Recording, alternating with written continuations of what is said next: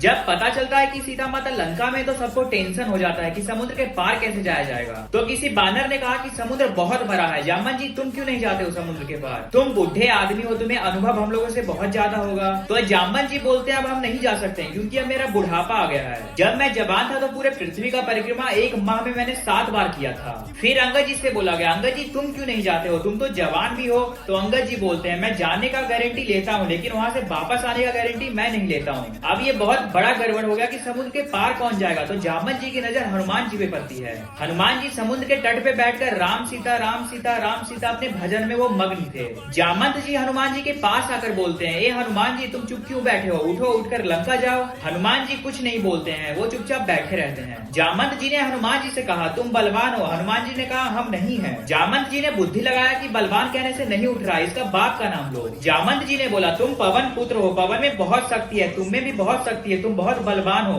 फिर भी हनुमान जी नहीं उठे। जामंत जी ने फिर दूसरा तीर मारा कवन सो काज कठिन जगमाही जो नहीं होई तात तुम पाई, कि दुनिया का कौन सा ऐसा काम है बजरंगबली जो आपसे नहीं हो सकता है। फिर भी हनुमान जी ये सुनकर भी नहीं उठे। हनुमान जी कब उठे जब जामंत ने ये बोला राम काज लगी तब अवतारा, हे बजरंगबली आपका अवतार ही राम के कार्य के लिए हुआ है। इतना सुनते ही हनुमान जी पर्वत के आकार के हो गए। हनुमान जी जामंत जी से बोलते हैं अगर मेरा जन्म राम के कार्य के लिए हुआ है तो मुझे बताओ मैं क्या लंका को मसल दूं, रावण को मार दूं या त्रिकूट पर्वत को ही उठा ले आऊं।